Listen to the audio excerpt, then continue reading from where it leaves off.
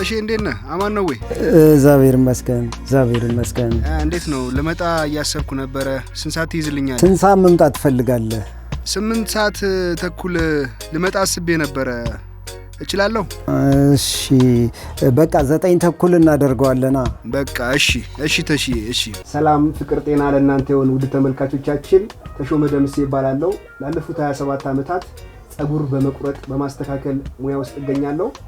የኔን ጸጉር ግን ለአለፉት 25 ዓመታት ተቆርጬ አላቅም። መሬት ሊነካ ነው። አሁን ተመልካቾች ይህ አሁን የነገርኳችሁ ታሪክ የኔ ሳይሆን የእውነተኛው ተሾመ ነው፣ ጸጉር አስተካካዩ። ታሺ እንዴት ነህ? እግዚአብሔር ይመስገን። እንግዲህ ጸጉሩን የማይቆረጠው ጸጉር ቆራጭ ብለን አፈላልገን መተናል። እንዴት ነህ? እግዚአብሔር ይመስገን ሰላም ነው። መለይ እንደምናየው እንግዲህ በጣም ረጅም ነው ጸጉርህ። ድሬዱ መሬት ነክቷል። እንደው የሰው ጸጉር እያሳጠርክ ያንተን ጸጉር ለማሳደግ ምን አነሳሳ? እኔ የቦብ አድናቂ ነኝ እና ቦብን ስለማደንቅ እንግዲህ የሱን አድናቆት መገለጫም ነው አንዱ ይሄ። እንግዲህ ያገኘናቸው የረጅም ጊዜ ደንበኞች አሉ። ከ25 ዓመት 13 14 ዓመት አብረው የቆዩ ጸጉር በመስተካከል ይሄ ከደንበኝነትም የተሻገረ ወዳጅነት ያለው ይመስለኛል። ልክ ነው። ደንበኞቼን ያው ተንከባክቤ መያዜ ለኔ አንድ እንጀራዬንም ዘላቂ መሆኑን ያረጋግጥልኛል። ከዛ ባሻገር ግን ደንበኛን ደንበኛ ብቻ ብዬ አልይዘም። ልክ የወንድም ያክል እንዲሆነኝ እንዲቀርበኝ የኔ እንዲሆን በቃ ወደኔ ፍላጎት እንዲመጣ አደርጋለሁ። ግን የሱንም ፍላጎት ጠብቄ ነው እና አሁን ደንበኞቼ ብቻ አይደሉም፣ ወዳጆቼ ናቸው።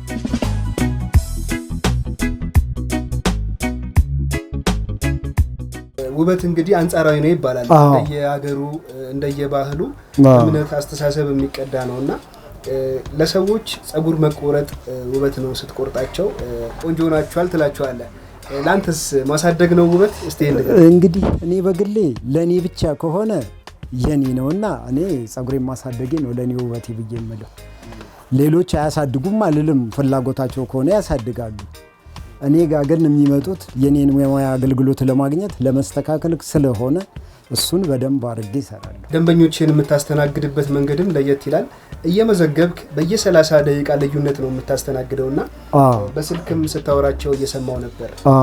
ይሄ ከየት የመጣ ልምድ ነው? ምን ይመስላል አሰራር? ሄሎ አቤት። እንዴት ነው? ልመጣ እያሰብኩ ነበር። ስንት ሰዓት ይዝልኛል? ዛሬ እስከ ምሽት 1 ሰዓት ይዤበታለሁ ለነገ እንጂ። እሺ ታሺ እሺ፣ መልካም እሺ፣ አመሰግናለሁ። እኔ ለራሴ ይሄንን እንግዲህ ለራሴ የፈጠርኩት አሰራር ነው። ሰዎች እኔ ጋር መጥተውም ብዙ እንዳይንገላቱ፣ ብዙ እንዳይጠብቁ ስልክ ይደውላሉ። በዛች በተቀጣጠርንባት ሰዓት መብራት እስካልጠፋ ድረስ ፕሮግራሜ አይዛባብኝም።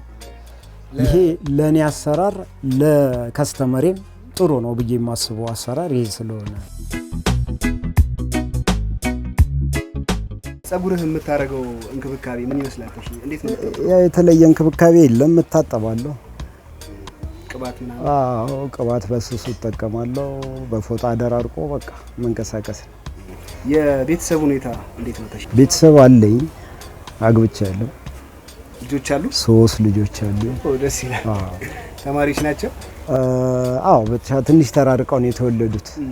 ትልቁ አሁን 25 ዓመቷ ነው።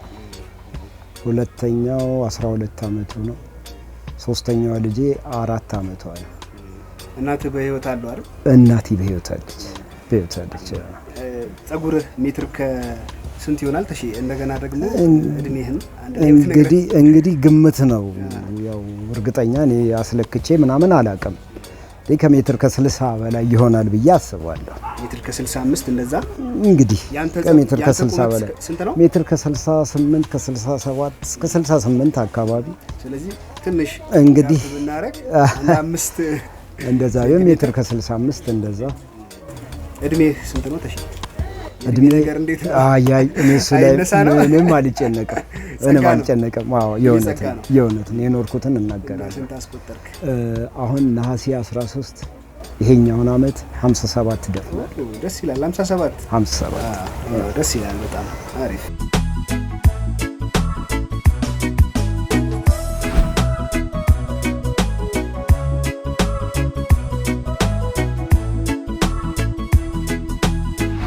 ወደ 27 አመት እዚህ የሱ ደንበኛ ነኝ።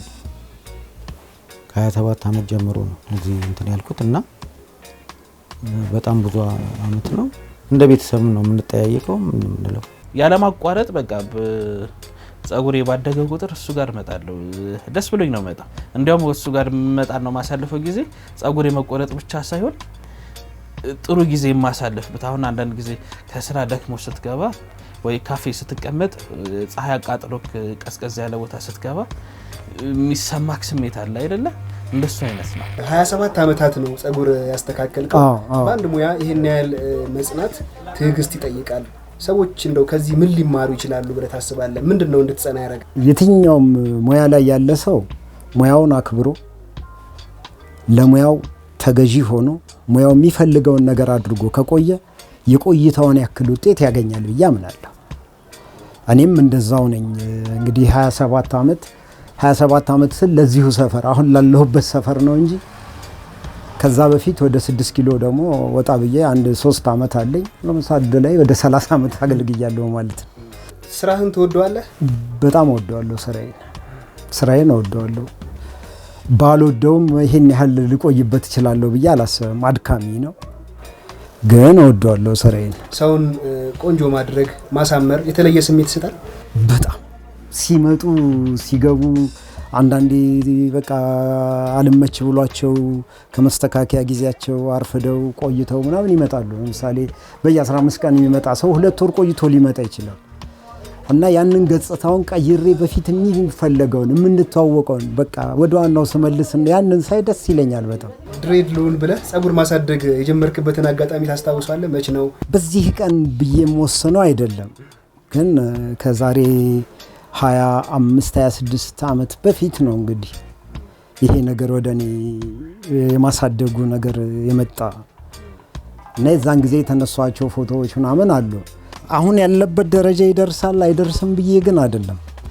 ያው ጸጉሬን ስለምወደው አሳድጋለሁ።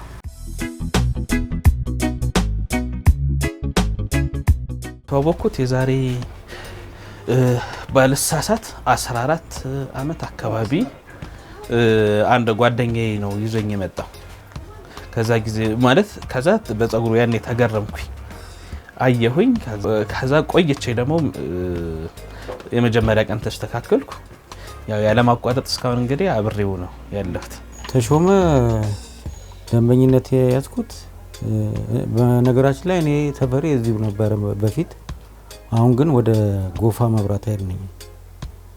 ከዛ ነው እየመጣው መስተካከለው እና የጸጉሩን እንትን የኔን የሚያስተካክለኝ እንትን እሱ ስለሚያውቀው አዘር ደግሞ እንትኑ ቀጠሮውን በቀጠሮ ነው በስልክ ነው የሚይዘው። እኔ በዚህ ሰዓት ይለኛል፣ በዚህ ሰዓት ተይዟል ይለኛል፣ በዚህ ሰዓት አለ ከተመቸ ይለኛል። በዛ ሰዓት ጠብቄ ነው አሁን 4 ሰዓት ብሎኝ ነው አሁን በዚህ የመጣሁት። እንግዲህ አሁን በጣም ርቀው ያሉ አንተም ፈልገው መተው ሲስተካከሉ አይተናል። ምንድነው ይሄ ሚስጥሩ? እንግዲህ የሰው መውደድ አለኝ። ስራዬም እንግዲህ እነሱ ናቸው የሚመሰክሩት በስራዬ በኩል። እኔ ይሄ ነው ያ ነው አልልም። ከሰው ጋር ያለኝ ግንኙነት ጥሩ ነው ብዬ ግን በቃ አላለሁ። መስተካከያ ቦታ ጠፍቶ ወይም የሚከፍሉት አጥተው እዚህ ዝቅተኛ ዋጋ ስለሆነ ምናምን ነው ብዬ የሚመጡት ብዬ አልልም። እኔን ብለው ነው የሚመጡት። እኔን ደግሞ እግዚአብሔር እንግዲህ ጄና ሳምሮልኛል። እንግዲህ አሁን እንደምናየው ቅድም አስረው ነበርና ጫፍ ላይም መሬት እንዳይነካ ሰብሰብ አድርጌ በየአመቱ ድገት አለው። እንግዲህ እኔ ጋር ሁሌም ነጋም ጠባም አብረን ስለሆነን ብዙ ልዩነቱ አይታወቀኝም። ሰዎች ግን ምንድነው ምን እስኪሆን ነው የምትጠብቀው ይሉኛል። እንግዲህ ተሼ የምትገኘው እዚህ 5 ኪሎ ዩኒቨርሲቲ አካባቢ ነው። ብዙ ተመራቂዎችን እንዳስተካከልክ ነግረኸኛልና ተመራቂ ተማሪዎችን ማስተካከል በብዛት ደንበኞችህም ተማሪዎች ነበሩና ልክ ነው። ምን የተለየ ስሜት አለው? የዛለት እኔ የወላጅ ያክል ነው የሚሰማኝ። እንደው ልክ ያሳደግኩኝ በቃ የወለድኳቸው ልጆች የተመረቁትን ያህል እና እንግዲህ አሁን በተመራቂ ደረጃ ዘንድሮን ከጨመረ ወደ 27 ተመራቂ ሊኖረኝ ነው ማለት ነው። የመጀመሪያዎቹ ብዙ ስሜት አይኖረኝም ነበር። ከሆነ አመት በኋላ ግን ተመርቀው ወጥተው ስራ ይዘው ተመልሰው ሲመጡ ሳይ ይሄ ነገር በጣም በቃ የኔ ናቸው ማለት ነው። በቃ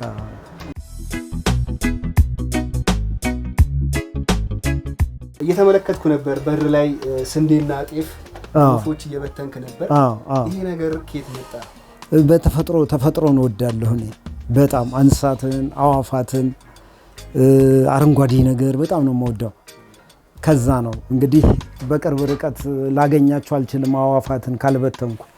ለዛ ብዬ ነው እነሱን ለማድነቅ ለማየት ብዬ እዚህ ይበትናለሁ። ከጸጉር ጋር በተያያዘ እንደው መቼ ነው የምትቆረጠው አይሉህም አንተ? ብዙ ጊዜ ይሉኛል። ያው አንዳንዶች ለምደውታል እና ምንም አይሉም። እንደው ይሄ ግማሽ ላይ አሁን 10 ዓመት 11 ዓመት 15 ዓመት ወደዚህ ያሉት ምንድነው ይሄ ነገር አረባ ካንሳው የሚል አለ። እንደማይሆን ደግሞ ሲያውቀው በቃ ሰብሰብ አድርገው አፈር እንዳይነካብህ ምናምን ይሉኛል እንጂ ለጥቆማም እኮ ያመቻል። እንደው እዛ ጋር ጥፍ ብላ ጸጉሩን ያሳደገ ጸጉራጭ አለ እንዲለው እንደዛ የሚጠቁሙ ሰዎች አጋጥሞ አሉ። ለኔ መለያዬ ነው በቃ ከየትም ቦታ ሲላክ ፍርድ ቤቱ ጋር ይባላል። አለመለዚያ ሙዚየም ፊት ለፊት ስትገባ ባለድሬዶ ረጅም ጸጉር ያለው ሰውዬ ተብዬ ነው የሚላከው። በቃ ህፃናቶች አሉ አሁን ከኔ ጋር ባለ ጸጉሩና ጭንቅላቴ ላይ አርግልኝ ምናምን ይላል። እንጨዋወታለን። ደስ ይለኛል።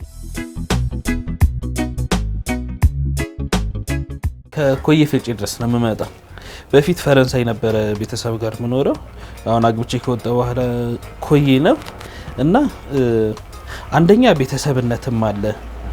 ከሁሉ በላይ ደግሞ እሱ ዲቮትድ ሆኖ ሰዓቱን አክብሮ አሁን እኔ ለምሳሌ 8 ሰዓት ከሆነ የሚመቸኝ ሄሎ 8 ሰዓት ያዝልኝ እለዋለሁ እና ያቺ 8 ሰዓት የተከበረች ነች።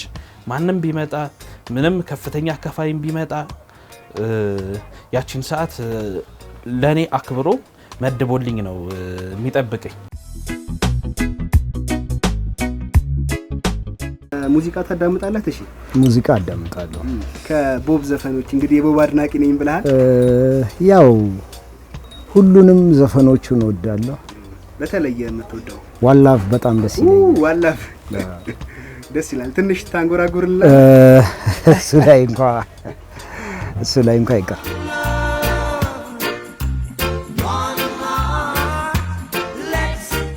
ያንተ ነው አይደል?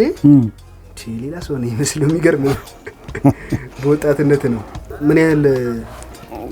7 ዓመት ወደ ኋላ።